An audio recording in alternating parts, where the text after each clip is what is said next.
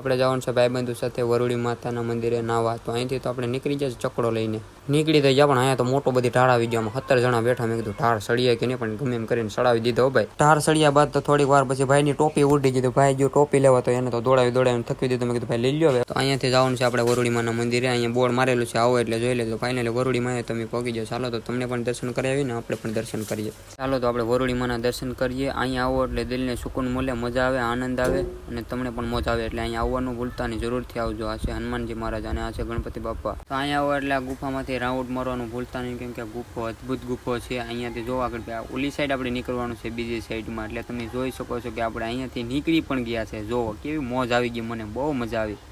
આપણે રાઉન્ડ તો મારી લીધો ને આ બધી અદભુત જગ્યા છે. અહીંયા જોઈ લેજો, દર્શન કરવાનું ભૂલતા નહીં. અહીંયા જય શ્રી વરુડીમાં લખેલું છે, અહીંયા આવેલો છે કૌવો, દર્શન કરવાનું ભૂલતા નહીં. આપણે બધી વાર દર્શન કરીને આપણે નીકળી ગયા નાવા માટે. જો દરિયો કેવો મસ્તનો મજાનો ભરાણો છે, બધા નાવા માટે જ આવેલા છે.